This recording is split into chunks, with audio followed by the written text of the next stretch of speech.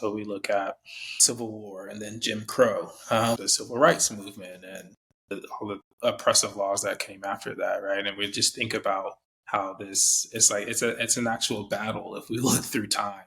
Push for rights, we push for participation in our country, and then it's quickly retooled and restructured. It's interesting, not to get too political on your podcast, but he actually was the first person to say that Donald Trump was going to win, and he was just like, what I see is that we're retooling, we're repackaging, and we have Barack Obama and whatever that means for Black progress, and we are going to put up the opposite of what Barack represents and stands for, just to say that anybody can be president. Hey friends, welcome to the 200th episode of Public Health Careers. I'm so excited to have gotten here today, and I couldn't have done it without all of you. So if you're listening to this, be sure to listen to after the intro because it's an exclusive Public Health Careers podcast giveaway. I'm Omari Richens, founder of the Public Health Millennial and host of Public Health Careers. Join us as we dive deep into public health topics and career journeys. You hear diverse career stories, absorb professional development and career strategies to help you learn, navigate, and transform your public health journey. On today's episode, we have Matthew McCurdy. Matthew is the executive director and co-founder of Black Health, where they are creating a space for critical conversations about racism, health, and new ways forward. He also works as a director of programs at Emory Health Design Ed, where he leads the equitable integration of tech into well-being and healthcare. Matthew is passionate about applying social science theory, health equity frameworks, and design to develop creative solutions that improve health outcomes for Black people. He has experience working with federal programs to create strategies, track performance, and evaluate programs to drive continuous improvement. He conferred a Bachelor's of Arts in Political Science and Government at Georgia State University and his Master's of Public Health in Behavioral Sciences and Health Education at Emory University. In today's episode, you'll hear and learn more about why Black Health was founded and how they've evolved their initiatives over the years, how Matthew navigated two fellowships, the Rice Evaluation Fellowship and the Presidential Management Fellowship at the U.S. Department of Health and Human Services, and the importance of community outreach to ensure that everyone has a voice, as well as much, much more. Exclusive Public Health Careers podcast giveaway information. So we're doing a giveaway for $50 Visa gift card, as well as at least $50 worth of the Public Health Millennial apparel. Enter through the form in the description. All you need to do is review the podcast if you have not as yet, and leave a screenshot of your review in the form. Additionally, you can take the podcast and share it on your Instagram story and screenshot that story that you shared and upload that into the form. There will be 3 entries for every podcast review and then 2 entries for every Instagram story share and screenshot in the form. The giveaway will close on Friday, July the 5th, so be sure to get this in. And if you have not as yet, leave a review, screenshot it, upload it, and get a chance to win some exclusive giveaway stuff. But without further ado, enjoy the 200th episode of Public Health Careers. Hey, this is Matthew McCurdy. I am the executive director and co-founder at Black Health, and you are listening to Public Health Careers. Matthew, welcome to the show. For those that cannot see my face on video, I am very excited to be doing this conversation today. Thank you. I'm happy to be here. Appreciate it. Long time coming, Omar. So glad to be here. Definitely long time coming. Excited to learn more about your journey. Excited to share more about Black Health and all the work that you'll have done to get it to where it is today. But before we jump into all of that, how do you identify and tell us a little about your personal background? Yeah, again, Matthew McCurdy. I use he, him pronouns. From Stone Mountain, Georgia. Currently living in Atlanta, in the West End. I am a public health practitioner, entrepreneur. I like to think about problems and try to work with people to find innovative and creative ways to try to solve that, especially for Black people and Black communities. I am an Atlanta sports fan to a fault, and I am quite often disappointed. but still loyal. Um, yeah, that's a little bit about me. Happy to dive in more. So why was Black Health something that was important to you? You're saying Black Health, two words, or Black Health the company? Black Health, two words. Yeah. You know, for me personally, and I could say there's four co-founders. So if you ask this to each of us, we'd probably have a different story. But to me, thinking about Black health and Black communities, what I really realize is that one, there's sometimes a stigma that exists when talking about health in Black communities. I remember my mom's uncle passing. Um, Died of cancer that we didn't know he had. He never told us, right? We just found out one day that he died, and that he died from cancer, and that shouldn't happen, right? And I know that there are other stories, out there about people who had family members who either weren't diagnosed or were diagnosed and never told anybody, didn't want to go get treated.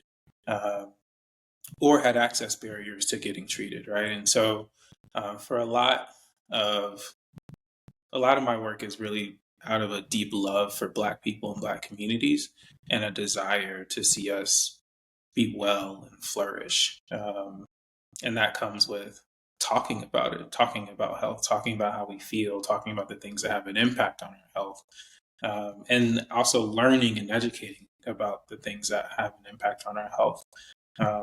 Thinking about all those structural and social factors. And so for me, it's about, our health is core to our existence, to our life. If we're not well, it's hard to function. It's hard to do these other things. It's hard to enjoy life. So I see core of a lot of existence is, you know, trying and attempting to be healthy. Appreciate that. And that is very sad that you have had to lose a loved one in that way without like them feeling comfortable enough to share that with their family. And I think no one should have to experience that. But I'm happy that you're able to channel that into some of the work that you're doing now with Black Health and the other endeavors that you're doing, which I think is very important work and fundamental to just improving health and just creating a narrative shift that is, I think is so important around health. And I think one of the ways that you all do it, and one of the ways I've experienced it through Black Health, the organization, is just like the way that you all curate events. It is very different than places that I've been to before. Like, you not only get the social aspect of it, but you get conversations, critical conversations around things that are important to Black and other professionals. And I think like you all have done such an amazing job in executing all the things that you all have done. And I'm looking forward to see like Thank you. where it all takes you all. Yeah. You're most welcome. And I guess I want to get to this, and then we'll talk more about like Black Health, the organization, a little bit later on. But I wanted to hear like more about that founding story. How do you all come together to found Black Health? Yeah, so we all met, the four of us. I'll go ahead and name my co-founders, Khadijah, Marcilla, and Paula. We met at the Rollins School of Public Health.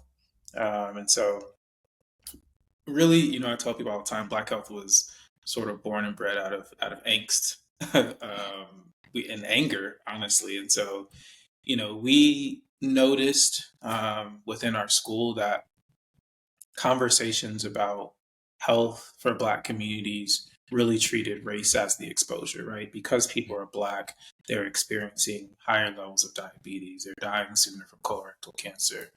Um, and we really wanted to answer why, right? So why are our communities suffering more? Um, and through sort of research, reading, our belief is that a lot of that is due to racism and not race as an exposure, and racism and all the complications, barriers that it creates. Um, and so we weren't hearing that in our coursework. We weren't getting those answers when we were going to talk to our professors. And so we really started through the Association of Black Public Health Students, which is a club or an organization that exists within the School of Public Health. at Rollins, to start to have those conversations, to invite speakers in, and then to continue um, to really educate ourselves on that issue. And I'd say that was really our founding story. Is we were angry. I think at this time there were also um, similar to what happened the summer George Floyd was killed. There were some police murders. And I remember on a Facebook group, someone raising like, "Hey, why aren't we talking about this in our public health course or like our public health classes?" And I remember another student responded, "I don't see how this is a public health issue." Um, and like, this is a top public health school in the country, right? They're training the next public health leaders.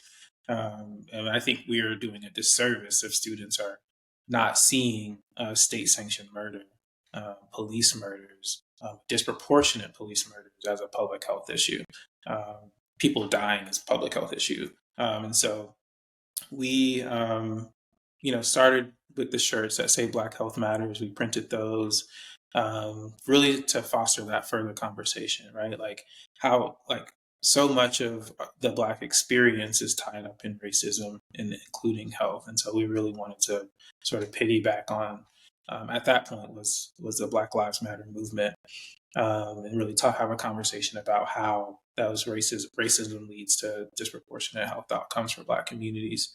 So after graduating, we were just like, hey, this is something that we are really passionate about. It's something that we think has some legs, and really wanted to do something more. And so just created an organizational structure to where we could try new things, throw things at the wall, and it's sort of just grown tremendously since then. It definitely has grown a lot, and we'll talk about that when we get to that in your career story. But appreciate you sharing the start of that, and what a wonderful story it must have been. And I'm looking forward to like the continued growth, as I said, of Black Health, and I'm very excited to have you on the podcast today, as I just shared also. And I'll also just share that we were friends first, right? And I think a lot of like founder stories sort of leave that out. But we were friends initially, remain friends today, and I think that's really important to the Black Health story as well. Yeah, because like a question just there is, I imagine that you aren't the only 4 Black students in Emory's MPH program. So it's like, why the 4 of y'all, and like to that point, that friendship. But was there anything more to that, like it being the 4 of y'all? No, I think we all. So Paula initially started selling the shirts, and she was really good friends with Marcilla. And then I think Khadijah and I sort of came in after that, just to say, hey, there's an opportunity here. People are really attracted to the shirt. It's creating some momentum. And I think, it sort of just gelled. We had some other friends involved at one point, but and we still have a lot of our friends that were in our program come and like volunteer, support us at events. We pay them to do work for us as well, and so we've been able to bring in folks. But it has been the core 4 of us since 2016. So. Love it. Almost coming up on 8 years, I believe it is. Yeah. That's exciting. Yeah, exciting is the word. Yeah, it's our child, it's our baby. So it's been really cool. Awesome. So you've done a lot of community outreach throughout your career. Tell us why community outreach is important and how that has showed up in different ways throughout your career. Yeah, I mean, I think I'm really big on listening. Right? I think that we get our degrees, we develop an expertise. But I think it's always important to listen to your community, to the folks that you want to build interventions or build programs with. One, you want to ensure that you're reflecting the needs, wants, desires of that group and the work that you're doing. And then 2, you just want to make sure that it works, right? And so often, like we're building things in silos, we're building things going in blind, and then they get out into the community and they land flat, they fail, And you're like, why isn't anybody taking my program, or why isn't this behavior change happening? And so for me, being with community, working in community, listening to community has really just shaped my career. And then I've also noticed that um, it's also an accountability structure, right? Because community will tell you when you're not doing something well. They'll reflect that back to you, right? When something isn't going right, when you had a misstep, and you just don't have that mirror if you're not remaining present and remaining in your community. And so to me, it's twofold. I want to make sure, uh, again, that the work that I'm doing really meets the needs of the people I want to serve, uh, who like aren't some distant people. We're talking about my uncle who passed because he didn't want to say anything. We're talking about my mom, my dad. We're talking about people who live next door to me, and and then sort of the broader Black communities as well. And so it's really important to ensure that I'm remaining present on what their needs are, and then as I continue to build and develop solutions, that I know things are working. And you know, a survey is not gonna tell you everything that you need to know. It's those real genuine conversations that I think are really key. Absolutely. I love the idea of the community being the accountability structure. And I think that is not leveraged enough. Both like giving the community the power to be in the conversations, but then also allowing the community the power to tell us, no, that's not how we thought about this, or like that isn't the way we wanted it implemented, or that doesn't work in our community. I think are so important. And the more of that kind of feedback helps us to create better products to save the community. So appreciate you raising that up. Yeah, and it takes some humility, it takes some vulnerability, which I think is really important in this work as well. I am a expert in the things I've taken time to study, the things I've taken time to experience. But people in communities are experts in their experience, experts in what it takes for them to be healthy. And I wholly believe that communities know what they need, and it's just about listening and then making it happen. But we don't go to these fancy schools to have community tell us what should happen. But I think it's really about that relationship. Yeah, and that is one of the challenges of being a public health professional and being in the world of work is like the more letters you typically get behind your name, the more disconnected from the community you are, or the more intentional Yep. you have to be in making those connections. So I think it is something that we actually have to like really reflect on and be intentional as we are building our career journeys. So pivoting a little bit, what does public health mean to you? Yeah, I mean, I think public health, at a really high level, is uh, health and wellness, right? It's the ability to structure environments to improve or um, to hurt the health and wellness of populations. And I think we often don't think of public health um, as that sort of antithesis, right? Like, I think we think of public health as like, I'm doing all these things to make people healthy, but there are things that we do that have a negative impact on public health. And I think we have to think about that. So like even like we think about smoking as the use case, we always come to the public health, right? So laws early on, you could smoke in public, you could smoke in restaurants, like still a public health decision. And then like making that illegal in places is a positive public health decision. But I think both of those are actually still very much public health decisions. So again, I think it's just the social, physical environment that has an impact on the health and well-being of people. Before we get back to the show, are you passionate about public health and looking to elevate your career, brand, and impact? Join the public health community today. Gain exclusive access to career-boosting events, connect with like-minded professionals, and stay ahead with the latest trends in public health. Plus, enjoy mentorship and career support to help you thrive. You'll even learn tips and tricks on how I grew my LinkedIn by 2,000 followers in the last 6 weeks. Sign up before the end of May to lock in your membership at the current rate before prices go up. Don't miss out on this opportunity to grow and connect. Join us at thephmillennial.com/join or in the link in the description and be part of our vibrant community dedicated to making a difference in public health. Let's build a stronger future together. Now back to the show. You got your Bachelor's of Arts in Political Science and Government at Georgia State University. What was that thought process for you going into undergrad? Man, I wanted to be a diplomat. Like I wanted to be a foreign service officer. I wanted to go, work in another country, and work for the government. So I was really into in high school. I was really into history, really into the social sciences. Started off as a sociology major, and someone told me I wasn't going to be able to get a job. So I switched to poli sci. But really, I I wanted to be a diplomat. I think that was the end goal for me, and maybe still in the future.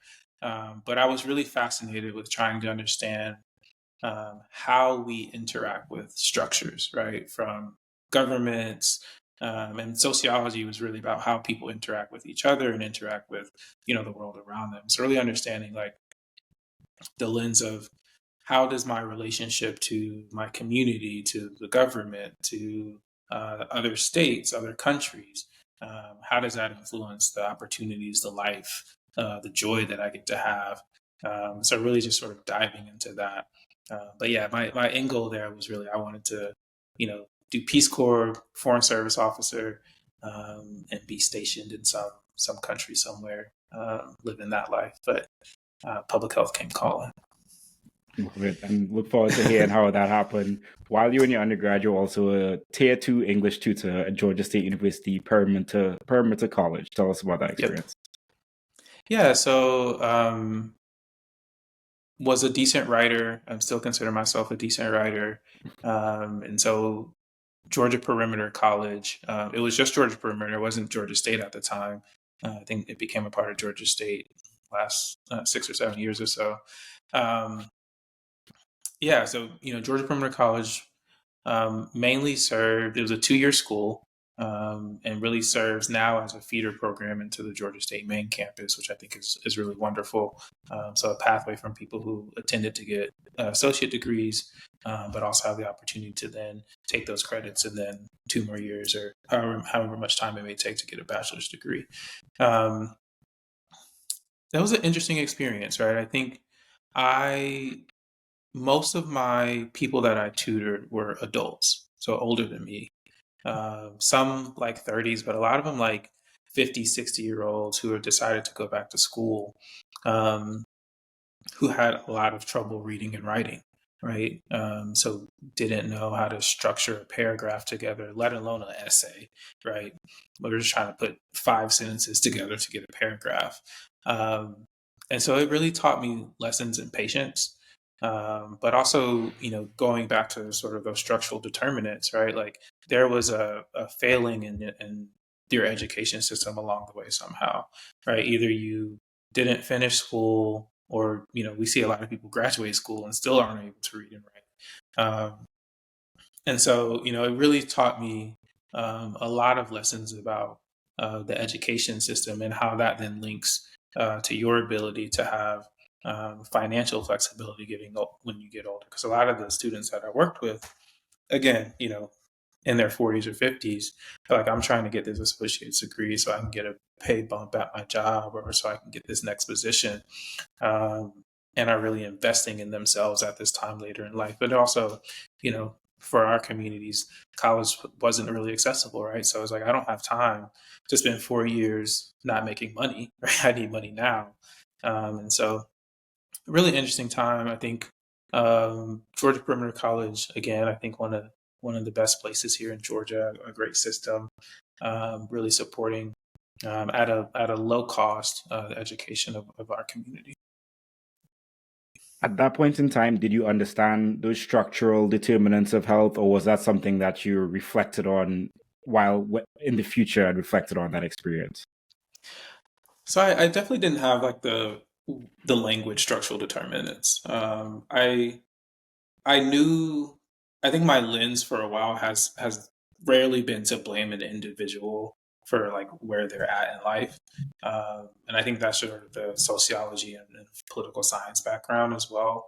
A lot of my framework is, there are structures, there are things that are happening, whether it's the school that was in your neighborhood or, you know, your ability to walk to a safe place to exercise. Those are the things that have an impact on the way that you experience life. And I think that was my framework, but certainly didn't. I couldn't. I probably wouldn't put structural and determinate together at that time. And I feel like that language has been around, but I feel like it's becoming certainly more common now. Yeah, absolutely. And I think it talks to the point in like as we're learning and doing work in public health or like doing work in life, and then we realize like this is a public health issue. We just don't Yep. have the words to describe it or the words to kind of like put the framing on what is happening here. But as we learn, there are different ways to describe it. So that's awesome. Did you have any undergrad takeaways that you wanted to share with us? No, not really. I mean, I guess I'll say if there are any undergrads listening, right? Like I wanted something very different than where I'm at right now. Um, and so I would just say remain open. You know, I think trying to ask a 15, 16-year-old to make a decision about what they're going to do for the rest of their lives is really difficult. Um, and so even pivoting from sociology to political science, right? I got some feedback while I loved my sociology classes, thinking about sort of long-term outcomes forced me to change. And I think those are the decisions that you have to navigate when you think about your career. But ultimately, I think remain open to opportunities, remain open to new ideas. And after you graduated, you are a residential counselor at Gwinnett Children's Shelter. Yeah, so that is the job that introduced me to public health. So Gwinnett Children's Shelter at the time was a shelter for, and I was, of course, in the boys' wing, for young men who had been taken from their homes. Their parents were deemed inadequate as guardians for drug use, whatever other reason. Some really dark stuff, sometimes some abuse, things like that. Or we had kids who were serving crimes for like petty theft, truancy, things like that. So an interesting mix of 12 to 17-year-olds. And we essentially were there to watch them. So my job, first and foremost, was to watch. What I tried to infuse in that was, how, this is a situation that you're in now. What can you do here to prepare yourself when you leave this facility? And it was a place that they stayed at, so they didn't leave. They were with us 24/7. They slept there. They had all their meals there. So it was like soft jail, kind of. And so, what I noticed from a lot of the young men that were there is that there was a lot of trauma. First thing that we did when we had a new resident, we sent them for a psych eval to get them on medication because leadership felt that medication made them easier to control. And it was, in my opinion, that we were certainly over medicating the young people there. I understand from leadership perspective why you do it, and a lot of kids did have trauma and likely did have diagnoses that they were dealing with. But what I saw there, and what I reflected on during my time there, was like this one, we're in Gwinnett County at the time, primarily white county. Most of the young people there were Black and brown. So I was like, that was a red flag. I was like, okay, what's happening there? And then two, just thinking about trauma and how we don't deal with trauma in really healthy ways. And so I started to talk to the social workers there who were really supporting the kids. And I was like, I'm really interested in thinking about how I could have a career where I'm supporting the health and well-being of young people or just people in general. But I don't want your job. I don't want to be a social worker because you were stressed out. And shout out to the social workers, but as a tough job. Um, and thankfully, a woman one day was just like, "Hey, you should look into public health." One of the classes that I had to take as a part of my social work curriculum was a public health class, and it seems really aligned. You talk about all of these structures, you talk about communities, you talk about well-being, and I know you don't want to have an individual focus. Um, and so, I looked into public health and, started to apply for different jobs. I mean, apply for different schools. And that's essentially what led me to my public health career. So it was really that time with those young people that inspired me to come on this journey, this public health journey. And I think, again, thinking about community outreach, thinking about, you know, I was in the trenches with those kids, man. Like hearing the stories about what they had been through, but also their hopes and dreams and what they're looking for in the future. Um, and knowing, my frame is like, how can we ensure that every kid has the opportunity to live a full and healthy life? And so that's really that place is close to my heart. It's the shelter's a little different now. I think they primarily serve women and children, but yeah, that was a year that I really really really love. So I did that between undergrad and graduate school. Sounds like a really formative experience, and to the point of like just opening your eyes to public health, as well as learning that there are people that are social workers that are doing similar type work, but it's not work that you want to do, which is also very important to learn as you're growing in your career. How Yeah. did you end up as a residential counselor, like on that train of thought? Like you said, you wanted to be a diplomat, you wanted to go to Peace Corps, all these things. How did you end up as a residential counselor? Yeah, I've always had a heart for service, and I was coming out of undergrad, really unsure of my path. Right, I was like, do I want to go? I was like, do I want to get a master's degree in French, or like, do I want to get a public policy degree? And so I really didn't feel like I had much direction, and I did not want to go to school and then regret, doing that schooling. So I got some advice to just take a year off. And literally, the professor said, do something that you want to do that you may never get to do again. And for some people, that may have been traveling, that may have been doing a number of different things. But I was like, I really want to, work with youth. I really want to work in direct contact with youth. And, certainly I have aspirations to do things at a larger scale, but I really, really find this time of my life, really want to work closely um, with populations that were um, sort of cast away, deemed sort of just thrown away. And so that's what really led me there. I applied for the job right after graduation, and as some people may know, like that industry turnover is really high. So I think I applied. I think that I had an interview that week, and I think that day they called me and they were like, "Hey, when can you start?" And so I worked there over the summer. So I was their summer counselor first. And then they gave me a promotion, and I worked there full time after that. And I think that just highlights like how important it is to like not rush into something, like give yourself that time to do the things that you love, and you might never know like what comes out of it. As you're saying, you learned about public health, and it kind of like helped you to solidify, okay, this is something that I might want to invest my time in to get a master's. And you got Yep. your master's of public health in behavioral sciences and health education at Emory University. What was that thought process of choosing Emory as well as behavioral sciences and health education? Yeah, so I had always wanted to go to Emory.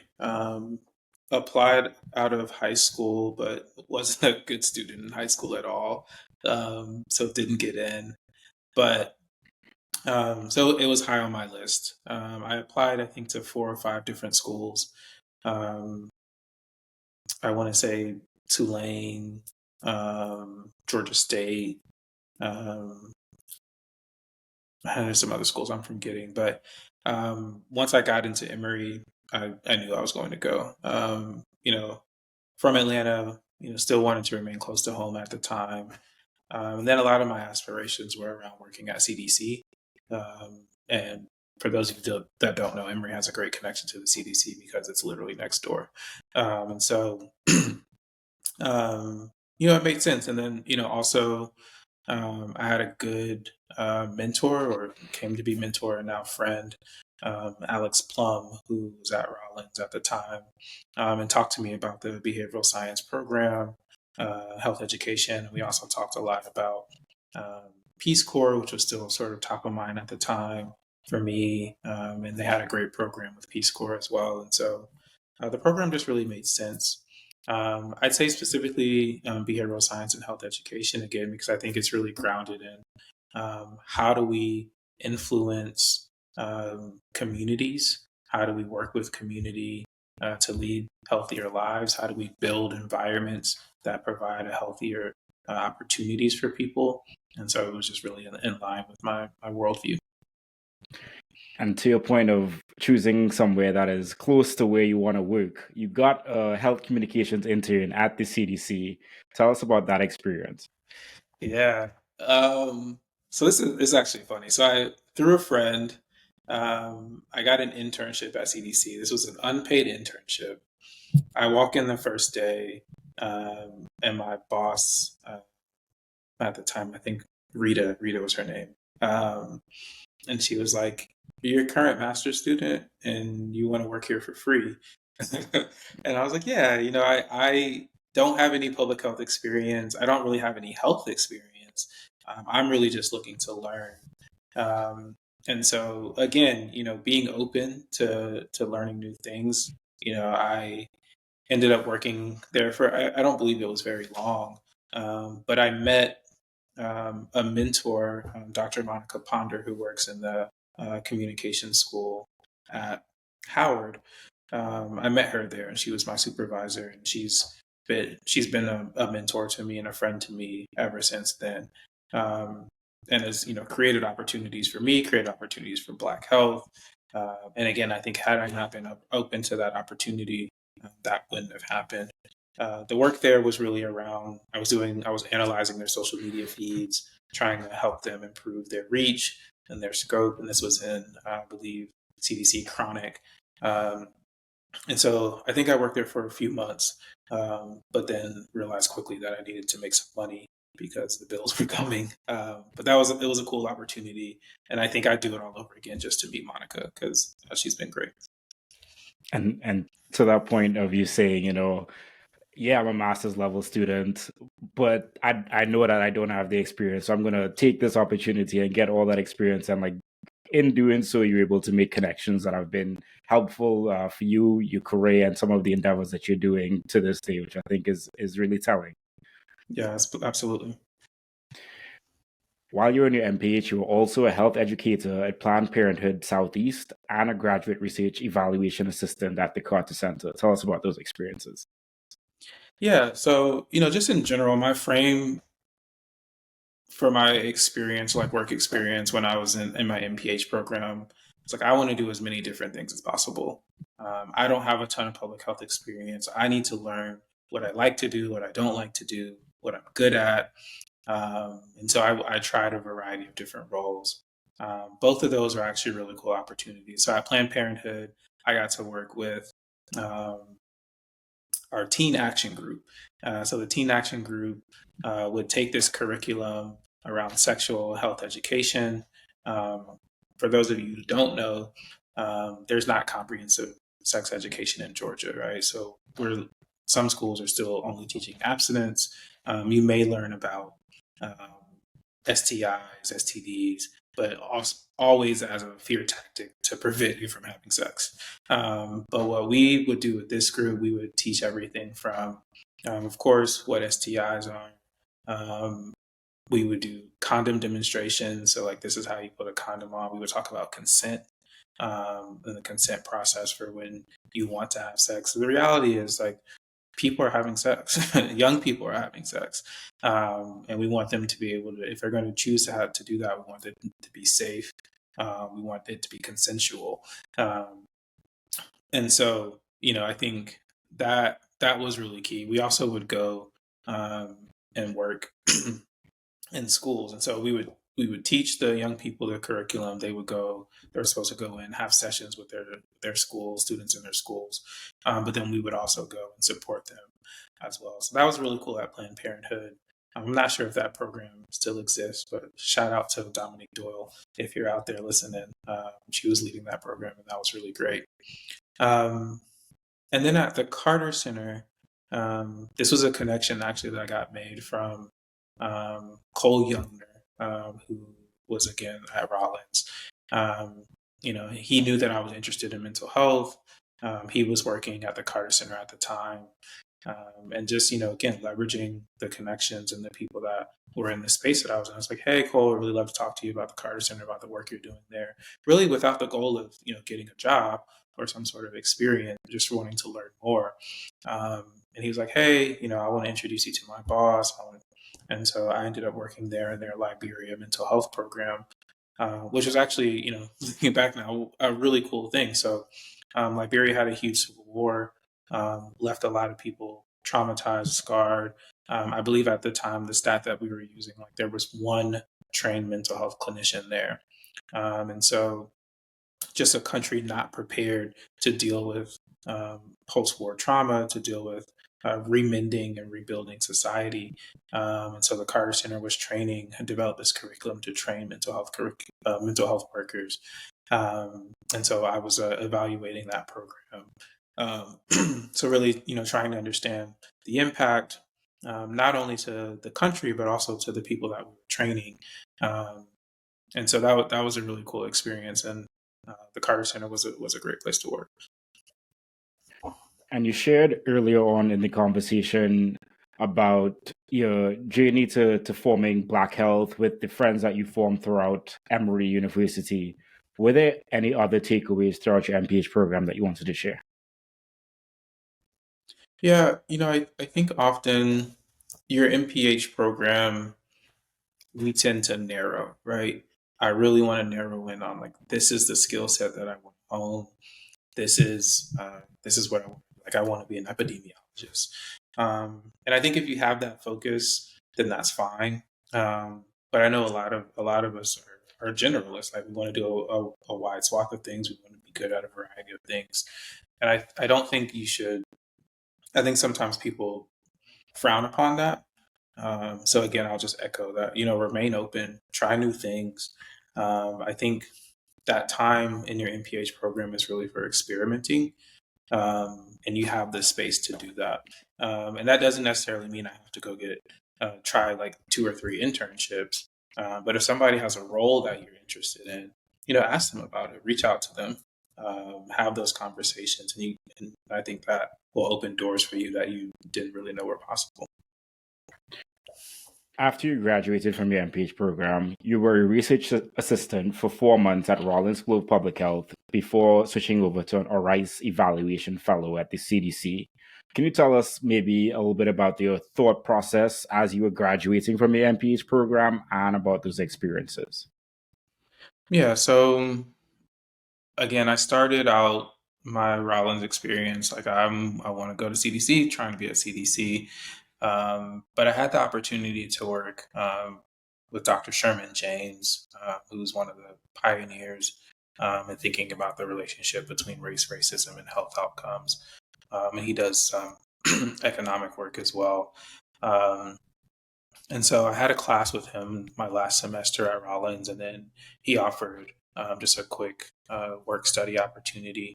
But this really actually got me sort of further invested in this idea of racism's connection to health outcomes. We were trying to model the ways in which the white dominant structure would reinvent itself to further their status of power, especially after there were events of progress, right? So we look at Civil War and then Jim Crow.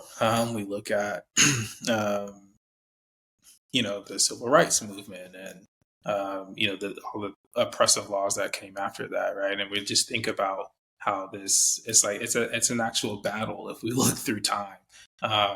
We push for rights, we push for participation in our country, and then it's quickly retooled and restructured. It's interesting. Not to get too political on your podcast, but he actually was the first person I heard say that Donald Trump was going to win. And he was just like, what I see is that we're retooling, we're repackaging, and we have Barack Obama and whatever that means for Black progress, and we are going to put up, the opposite of what Barack represents and stands for, just to say that anybody can be president. So I think it was a really interesting thought experiment that I got to have with him, and so that was really cool. And then from there, that term ended because I got the job as an ORISE eval fellow, and that was again, trying to get my foot into the door at CDC. I know that they do a lot of staffing through ORISE. That was a cool opportunity. We were evaluating internal CDC like entrepreneurship programs. And so people within CDC invent things, processes, but actual tools, mechanisms. And CDC really at the time wanted to foster that and further develop that. So I was evaluating those programs in the Office of Technology, I believe. So that was really fun. It's fascinating what you said earlier in the role with Sherman James, I believe you said his name was, because you also alluded to it earlier, saying that like system change or like health improvement, there's also negative health improvement, and we don't think about that often, and it is so real, and we could think about it in a lot of the pushback that's happening and how far things are swinging now, like attack on DEI, attack on equity, all those things. It's like we get these wins and they might shift the system for a little bit, but the system is like counterbalancing to try to come back to the center. And it like raises the point and comes in my head is like, how do we get sustained like pressure so that we are getting to that positive health improvement, positive systems change? Because there are always going to be actors that are going to be trying to work to get back to the status quo, to get back to where things were before. And to your point, like the bigger win we get, the bigger that action is going to be on the opposite side. For example, Donald Trump. So that very, very interesting. And I'm definitely going to look to read a lot more about that work. So I appreciate you sharing that. Yeah, absolutely. Awesome. And then after your fellowship at the CDC, you became a presidential management fellow at the U.S. Department of Health and Human Services. And you also progressed while you were there to become a senior advisor for strategic management. So tell us about coming across that position and then what you do. Yeah, so Presidential Management Fellowship, or PMF, I think for anybody who wants to work in government, I think is the best way to get into government. You come in with a cohort, and so you have other young professionals or other professionals who are looking to establish long-term careers in government. You're giving leadership coaching, you're giving a mentor, but you also, and I'm not sure if this is still part of the program, but you also increase in grade series each year. So it's a 2-year fellowship. So whereas it may take someone 6 to 10 years to go up one grade series, which equates to a pay raise, you may do that in the span of a year or 2 years. And so it's an advancement of exponential scale and scope, but also it's pretty prestigious and well recognized. So I was at CDC. Was really interested in doing the PMF at CDC, but was also maybe plotting a little bit on how do I get to DC, right? Lived in Atlanta my whole life, ready to experience something else, and so applied. So once you apply for PMF, you're granted the award, but then you have to go and apply for jobs. And so there's a pool of, I think, 400 to 500 PMF applicants, and not everyone is guaranteed to get a job. So it's kind of have to be aggressive. And so I ended up applying for a few opportunities. But what actually came inbound to me was in the Assistant Secretary's Office for Planning and Evaluation, or ASPE, which is at the department level of Health and Human Services. And so working working in that role, I think was really interesting. I get to see across the department, um, so all of the agencies, so CDC, NIH, um, SAMHSA, get to work across all of those teams. In our role, we wrote the HHS strategic plan that comes out every 4 years. So we got a lot of information about what was happening within the agencies, the priorities of their work, and then collecting that into a comprehensive and cohesive document. But when we weren't writing the plan, we really worked as internal consultants. So for teams that wanted to build strategic plans, who needed better support, monitoring or evaluating their plans, who really just wanted to figure out how to structure their work better so that their teams could rely on the plan as a working document and not a document that just sits on the shelf. And so that was cool. Like, we would work on projects maybe 3 or 4 weeks at a time, and then we would be on to the next. So having those sort of engagements, I think, one sort of just honed my, like, I guess, consulting skill set. So helping people craft problems, understand problems, but then, working with them to develop solutions. Um, so I really enjoyed that work at ASPE. One of the greatest bosses I've ever had, Sarah Potter, was my boss there. Who recruited me to come there, and had a really great time. I say I learned a lot in that position about myself. One, I think just leaving home, leaving Atlanta, moving to DC presented a challenge and a different space that I needed to navigate. But also, I was granted a lot of independence in my work that I had never really had before. And she really trusted me to do work. Um, and I think that's what really made her a great boss. So yeah, PMF was great. 2-year program. I ended up staying federal government for I think three years or so to get the promotion to I can't even remember the title now, but a great experience. And again, I think PMF is the best way to get into government if you can. So I'll be sure to link that in the show notes for anyone that's interested, or you could probably just Google it. Either way works for me. And so after this role, you transitioned to a health scientist at the CDC. Tell us about that transition and what you did in that role. Yeah, so actually, the cool thing about the Presidential Management Fellowship opportunity or program is that you get to do a developmental assignment. So you get to leave your position for 6 months and work somewhere else. So again, me exploring, hey, do I actually want to be back in Atlanta? Do I want to work at CDC? I ended up going and working for the Planning, Performance, and Evaluation Office at CDC, which I think has a different name now, but under at the time who was the chief evaluation officer or chief evaluation lead, Tom Chappell at CDC. And again, a really cool opportunity. So for 6 months, my job at HHS paid me to go work at CDC in Atlanta. That work was very similar. So whereas at ASPE, I was doing a lot of strategic planning consulting. When I got to CDC, I was doing a lot of evaluation consulting. And so helping teams understand the impact of their work, structure evaluation structures so that they're collecting the right data, that they're interpreting the data in the right way, and then that they're developing dissemination materials to communicate that impact to the proper channels. So, was able to work as a consultant and worked on a few different projects, and so I really enjoyed that as well. And I think again, Tom provided me a lot of independence to work, even within CDC, but we were also doing some consulting work outside of CDC. I got to do build some logic models for the Arthur Blank Foundation, which was really cool too.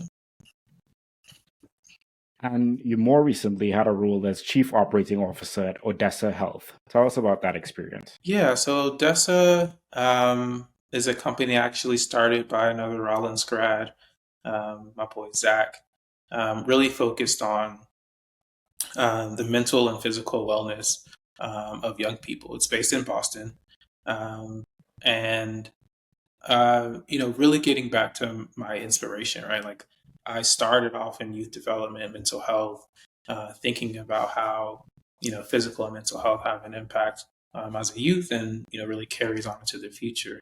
And really, coming out of the pandemic, we know that adolescent mental health was just abysmal, right? We didn't have the structures to actually take care of our youth. They had been out of school for so long. Schools really aren't well equipped to take care of the mental health needs of young people.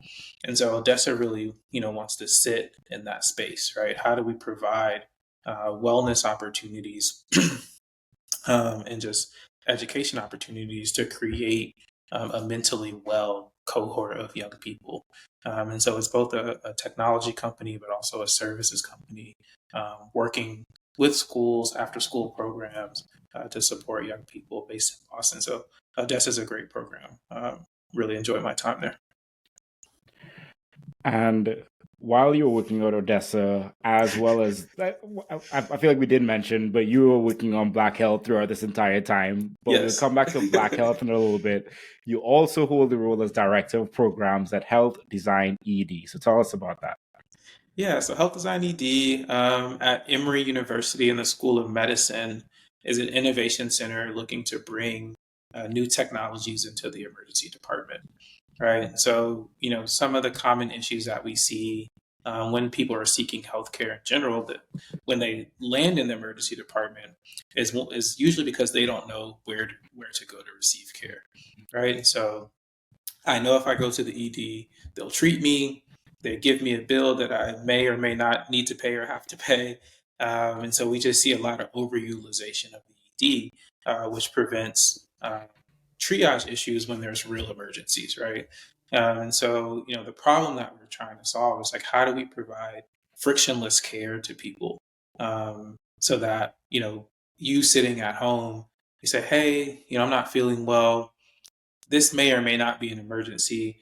Can I use some form of technology to understand if I need to go? So, you're thinking about potentially a triage tool that you can access from your phone or from your computer if you have access to the internet.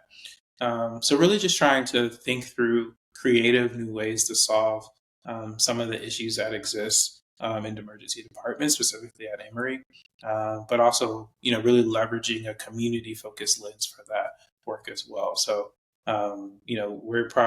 we're really trying to solve patient issues and community issues, and along the way, we'll probably make the physician life easier as well, and provide new models for physician engagement. But a lot of the work is how do we create again frictionless care for people in the Emory ecosystem. Okay. Yeah, definitely. We know there are a lot of issues with overuse of emergency rooms, especially with populations that are underinsured, uninsured, or low SES. Yeah. So yeah, that's definitely some cool work that you're doing. Yeah, there. and I learned that, I say this in the right way. I think that hospitals could be much better. And so, I used to say that I hate hospitals, I don't like hospitals, but I think the fact is that so much of our care and our healthcare is so much of our health is centralized in this building that is a hospital. But what we know as public health folks is that it's everything that happens outside that leads a person into the hospital that we need to be solving for. So, having this experience working within the healthcare system has really been illuminating. But I think it really showed me that my passion is not for what happens inside the walls of the hospital. It's for everything that happens outside. Yeah, I share very similar sentiments, and I think like the fact of the matter is like hospitals, health systems aren't going anywhere. So it's how can we position ourselves to utilize how they work to better save communities. And yes, there's a lot to be done, but I think it's exciting that there's that opportunity to create better, more sustained community change.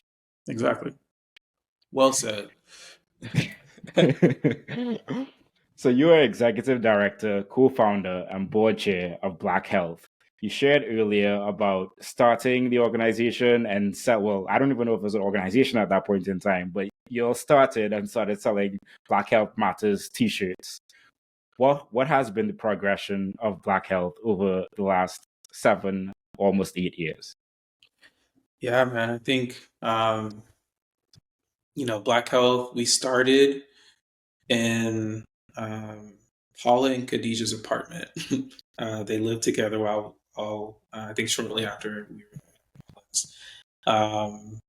and we sat down and we just created a business plan. We always had our paperwork together. I'm really proud of that. Like we were a formalized business. We started off actually as an LLC, thinking about for-profit models. But I think quickly became a nonprofit a few years later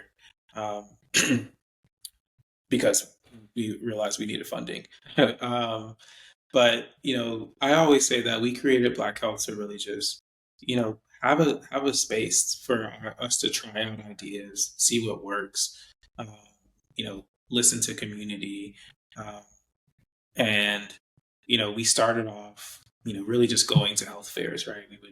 There was a health fair happening, we would sign up for a booth. We had materials on racism and health. We would talk to people about that.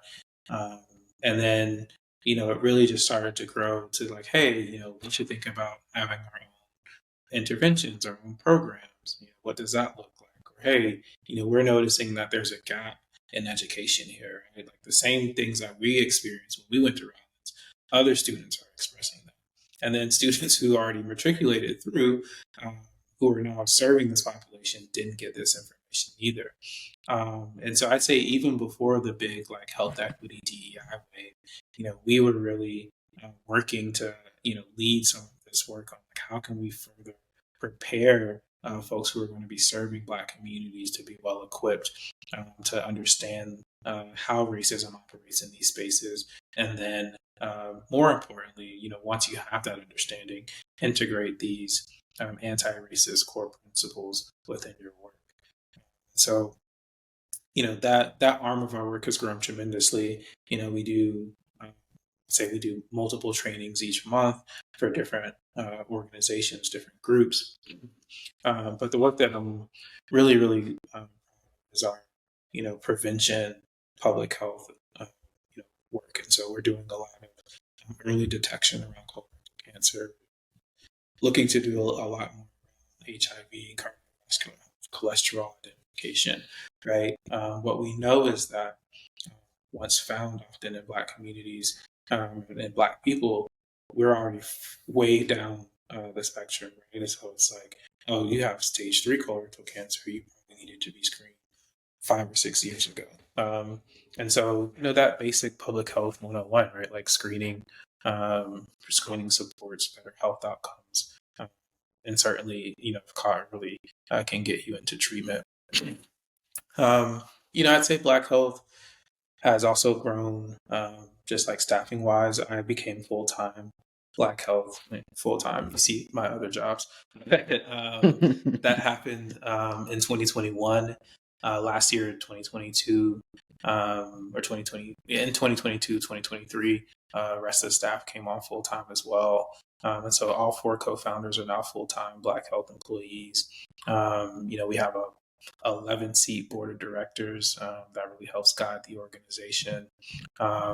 We have partnerships from Pfizer to Cottonelle, Advil, but we also are able to do work in sort of a consulting realm as well. And so we work as subcontractors on a couple of like federal grant opportunities, supporting consulting firms and doing technical assistance, really being that health equity, anti-racism expert in the room to further ensure that the things that are developing coming out of these programs are aligned to community.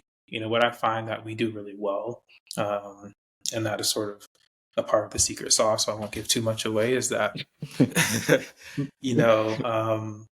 people struggle to do both, right? To both have community listening, to be grounded in community needs, but then to also produce high level content, high level events, as you talked about earlier, to be able to put out these campaigns. And I think we've developed a model and have been really intentional about, again, creating that accountability structure. So if we have something that we do with a partner that doesn't land well, somebody's going to call me and they'll be like, "Hey, bro, like, what is this? What are you doing?" And even like we have to think about even our partners. Like we were very careful about how we partnered with pharmaceutical companies. For initially, we were like, we're not going to do this at all. But what we did is cultivate relationships with individuals who worked at those companies, and that's really what led us to getting some of those dollars. So I know who to call if I'm like, hey, this actually isn't what we need. This actually isn't representing our community well, rather than just taking dollars in and not having those relationships. So a lot of the work that we've done, and I feel like I'm rambling, is just really just based on those relationships, being intentional and accountable about listening to community, and then just a real dedication to quality. Well, shout out to you all. Like, as I said many times, and I'll continue to say, a huge fan, huge supporter of the work that you all are doing. Congratulations on all co-founders becoming full-time staff members. I know how challenging that could be as a nonprofit. So shout out to you all for being able to build up that capacity to be able to do that. Yeah, you're most welcome. What has been the biggest or some of the biggest challenges for you all as an organization as you all have grown over the last 8 years? Yeah, I would say money, but I think that's obvious. um, I think it's really about prioritizing, right? I think there are so many things, so many problems that need to be solved, and it can be overwhelming.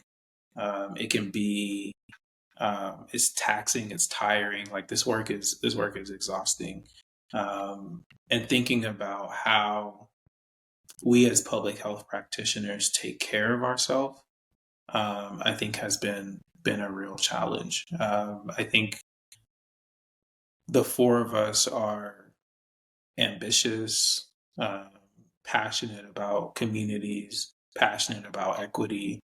But something that I've really been um, preaching to the team is, we can't preach health and wellness and not practice health and wellness. And transparently, 2022, 2021, I've worked myself into sickness multiple times, right? Just late nights, grinding, not sleeping, not eating well, not doing the things I need to maintain mental and physical health. And my body was like, yo, if you're not going to slow down, I will force you to shut down. And I think, it's not our ability to do the work, because I wholly believe we're smart enough, capable enough to do anything, but it's the condition in which we arrive at the end once that work is done.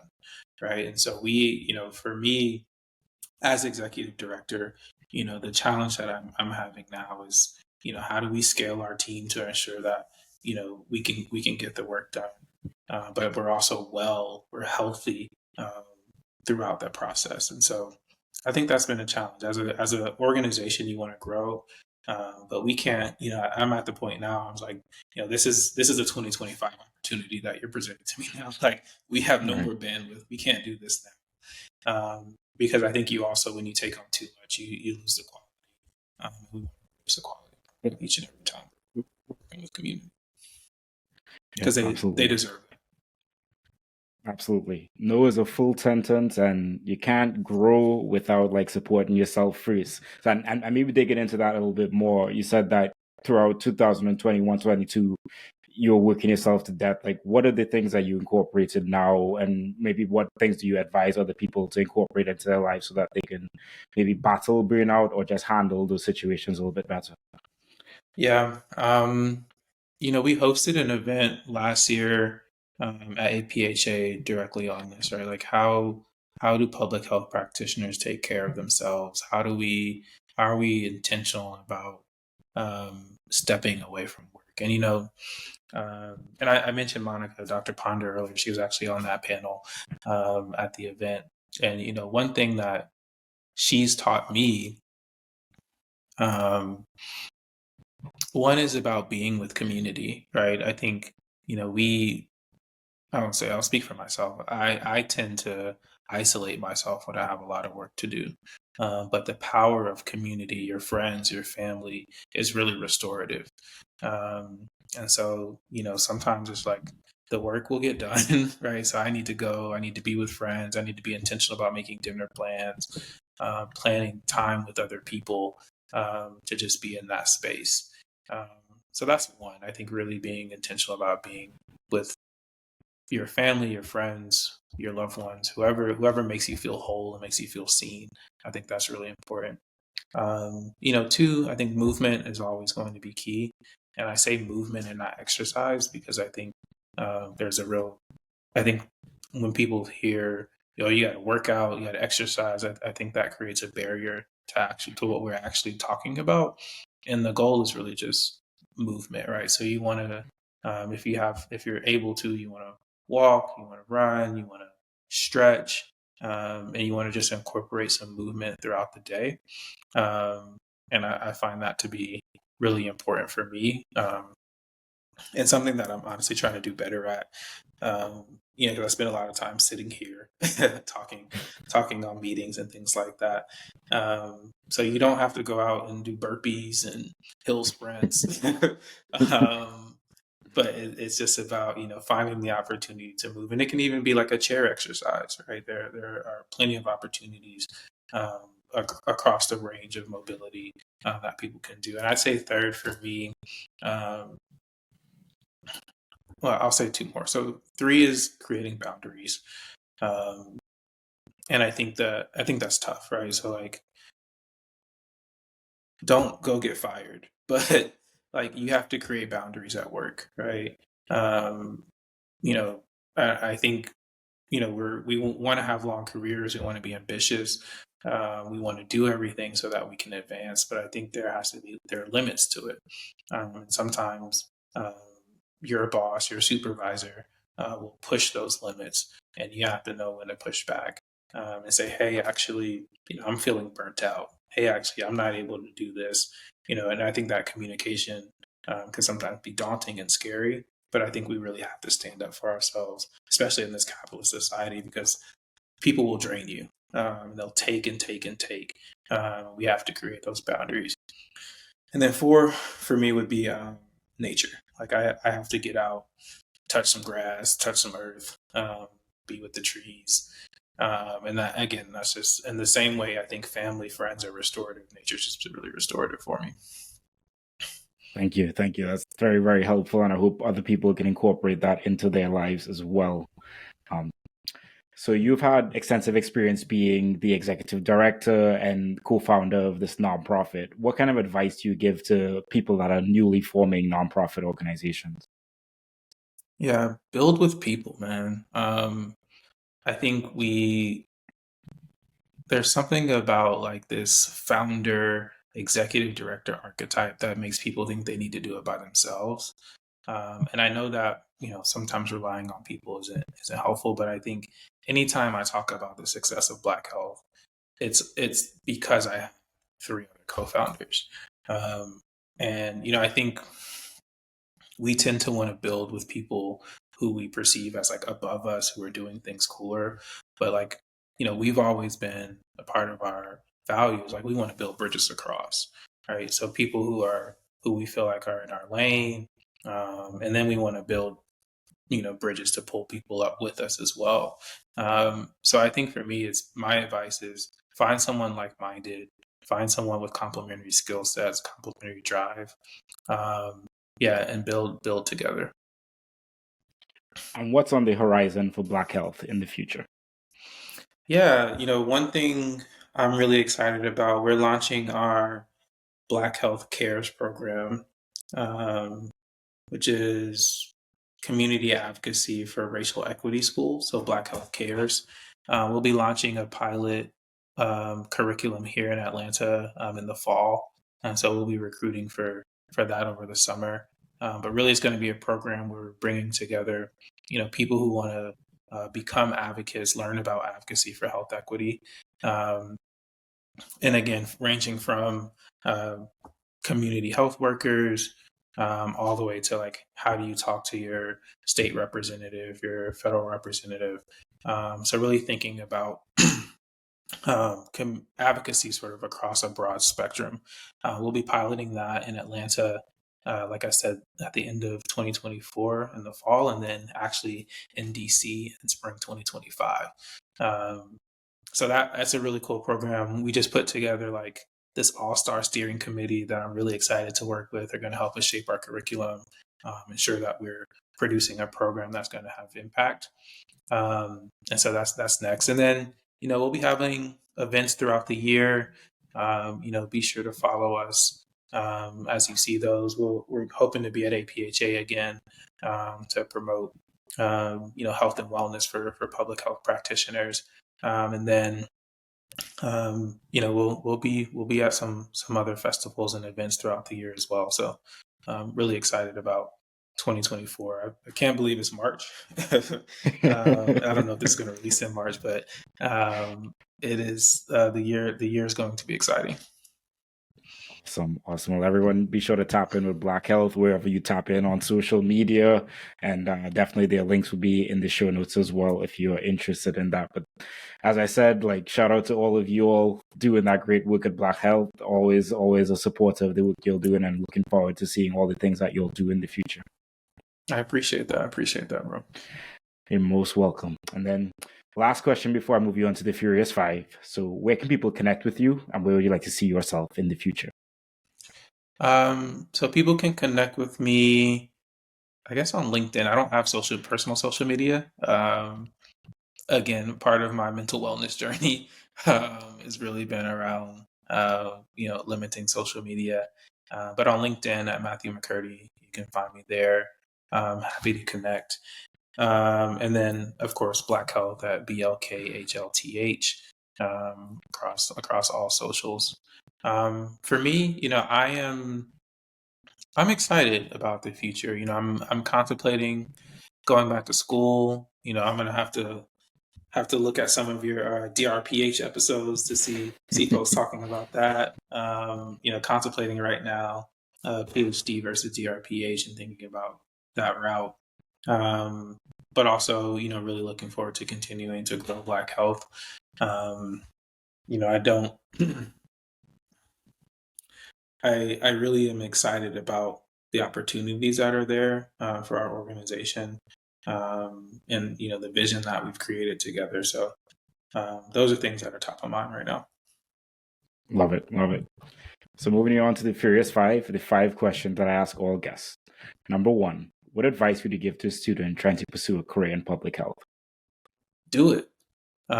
We need more people in public health. We need more smart, bright people, motivated people in public health. Reach out to someone, talk to someone about it. Don't be afraid to cold LinkedIn message someone. But my advice is to go for it because we need you. Number 2, if you're talking to someone wanting to get into your position, what advice would you give them? Same advice as before. Build with friends, build with people you know. I think trying to do this alone is really difficult.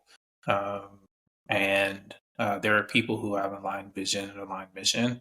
It can be more difficult to balance those personalities. But build with the people around you. Number 3, what's something you're working on improving in your life right now? I'm really working on improving transparency and being vulnerable.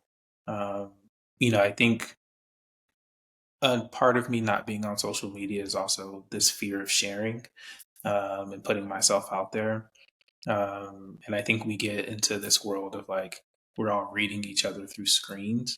But I'm trying to find moments in my real life and with people that I love to really practice vulnerability and honesty. Number 4, professionally, do you recommend anything? A book I really love is The Color of Law.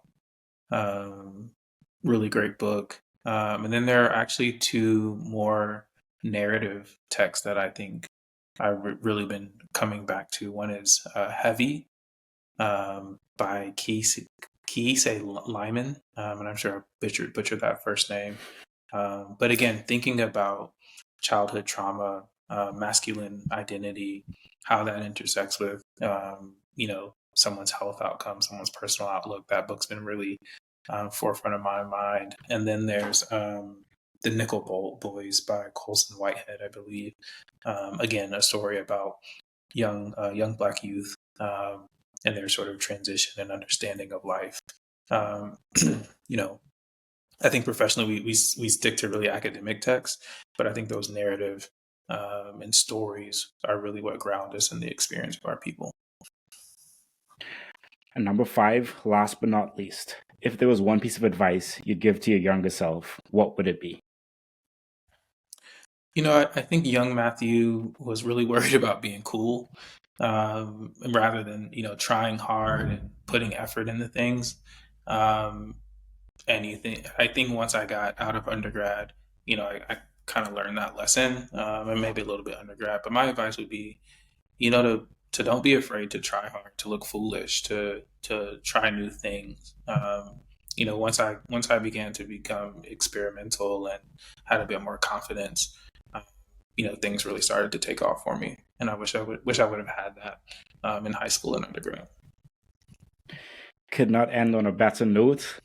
That is a great insight. Matthew, thank you so much for your time. This has been a really fun and informative conversation. Yeah, Omari, I appreciate you. I appreciate the work that you're doing, really elevating the public health community. So I appreciate you a lot, brother. Yeah, definitely need all the work and all the people doing the work. So glad to work alongside you in this battle to raise up public health and to make prevention more sexy. Amazing. Awesome. So, housekeeping items, everyone. Thank you all so much for watching or listening to this. Be sure to subscribe if you have not as yet. Leave a like, leave a review, and share it with a friend. See you all next week. Peace.